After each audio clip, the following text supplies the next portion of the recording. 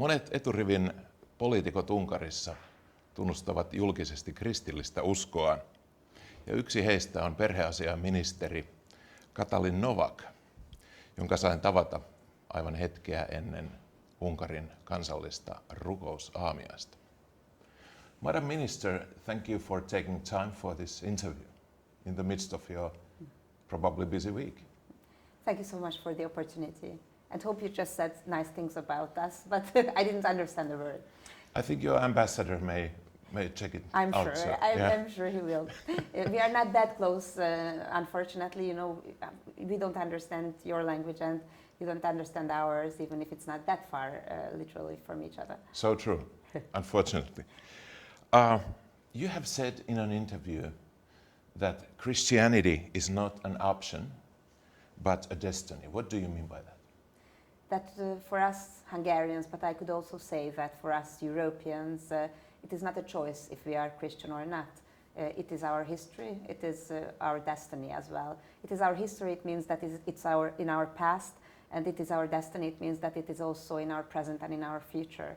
It's not a choice because we are Christians, and even if we try to deny it, we are not able to deny it. It is footprinted in our everyday lives, even those who don't attend masses, those who don't go to church. I mean, if they think about the most important holidays, for example, these are the Christian holidays. Why is, for example, Christmas or Easter so important for all of us? Because they are Christian holidays, just to mention one very simple example. But many European politicians disagree with you. Yes, of course, and I don't see a problem in disagreeing with each other, but I'm convinced that the truth is on our side. And for us Hungarians, it is not that difficult to admit our Christianity, because even the founding king of our country, Saint Stephen, who's a saint, he was the one who chose Christianity for us Hungarians 1,000 years ago. So it means that the founding of our country is also the choice of Christianity in Hungary. So if we are Hungarians, then we are also Christians. Right. In the new Hungarian constitution, there is a strong emphasis on families and unborn babies and Christian values in general. How does it affect and impact your policies and politics? It defines all our decisions. It is really the basis of our decision making. That means that we have a family oriented, could also say a pro-family policy all over. It's in our economic decisions, but also in our everyday lives, in the mentality we drive here in Hungary. That means that we put families in the focus. And we try to, on one hand, help young adults to be able to have as many children as they want to in the moment when they want to have these children. And we also help later on to be able to raise these children in the most proper, responsible way. And for that, of course, families need financial assistance, need services, and need also a family-friendly mentality. So the constitution was recently changed. How has it changed the society? And what was the past and compared to today's situation? We had a constitution even in 2010, which was back from 1949. Can you imagine that? I mean, wow. 1949, that's not that it's ancient, but what was actually the mindset in 1949 in Hungary? We still inherited this constitution, and we didn't change it, and nobody changed it until 2011. We were the only country in this region or in the post-Soviet area which still had a constitution based on values that we don't accept. And even if it was amended many times, we had to put it on a new basis. And we had the support of the Hungarian people. That's what we reached a 2/3 majority, and we could govern with this support of the Hungarian people. And that's why we could, in the parliament, really change our constitution from the basis in 2011, so already 10 years ago. And there we could implement the value of Christianity, the value of life, the value of families and our responsibility, for example, for the Hungarians living outside our borders, or our responsibility as well for our Christian brothers and sisters all around the world. I come from Finland, and what I read, what I hear in the media is unfortunately quite wide criticism on your policies on families and how you are restricting human rights and I understood that you are hearing these kind of comments from all over Europe. So, what do you think about Europe?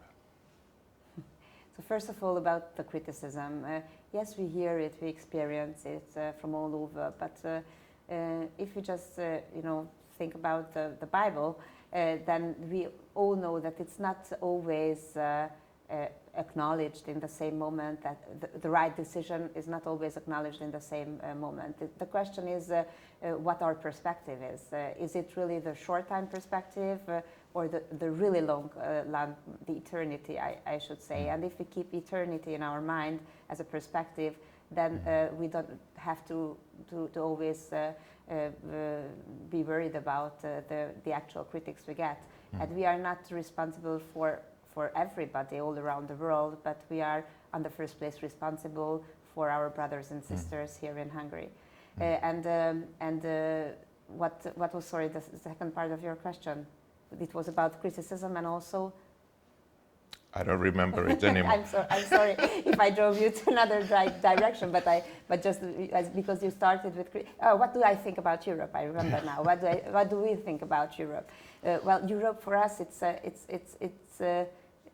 not a choice either, because I mean I hear from time to time that we want to drive Hungary out of the European Union. And even if Europe is not the European Union, we don't have to mix the two. But still, we could also speak about the European Union. And there I should say that, I mean, where could we live to? We are living in the middle of Europe, in the heart of Europe, linked with million links to the surrounding, and not only the surrounding countries. So we don't want and we could not live anywhere. So you cannot, change the number of the house you live in. It's that you have determined neighbors and you had a determined geographical place in the world, and we don't want to change it. We couldn't change it even if we wanted to. So we have a responsibility for Europe, and we are worried for Europe. Actually, I'm personally also worried for Europe, because I think that Europe is giving up on its main values and. I mean, we not only deny Christianity, but we also deny the importance of families, the importance of life. That's my next question, is that why is traditional family values under attack? That's a very good question, and we should sometimes raise this question. Why are they in attack? Because the question is raised the other way around. Why do we preserve traditional families? Why do we have in our constitution marriage as the union of one man and one woman? Why do we think that family is mother, father, children, and the relatives? That the question is always raised like that, not the other way around, just as you did. And I think that's what we should study. That why shall we change this? Why shall we give up on our most important values? If you ask, I mean, everybody has a mother and a father. And Probably. That's it. Even those who deny the importance of having mothers and fathers, they all had a mother and a father, and that's all they had. You have also said that Hungarian family policy holds enormous potential. Hopefully it does. The reason why it now attracts international attention. That was not our aim. We had never targeted the international audience, saying that, well, we will do something that raises awareness. We just wanted to do the best for our people. But at the end of the day, I think the reason why it has become I don't want to exaggerate, but let's say a champion in pro-family policies is because we are successful in economic terms. Nobody denies it, because these are numbers. And in the meantime, we seem to be successful in demographic terms, because the marriages are at a very high level right now, 2 times as much as it used to be 10 years ago. We have the highest increase among the European countries. The divorces in the meantime are at a 60-year low. We have a 41% decrease in abortions. If I can be so personal, it was not that easy to have the reading of the Bible as an everyday practice in my life, but I now do have it for now quite a long time, and that's how I start my days. And it just gives me the security, the feeling of not being responsible, but in the meantime, it makes me remember each and every day that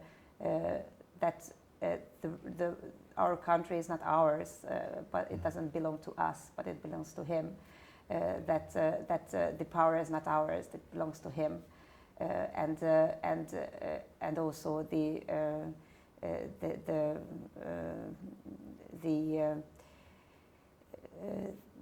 are not the ones who should feel so proud of achieving anything, but this pride is also His. And if I remember these 3 things each and every day, then I hope that my decisions will be better. Madam Minister, it was a pleasure having this moment with you, and I wish you all the best and God's blessing in your very valuable work. Thank you so much. Thank you.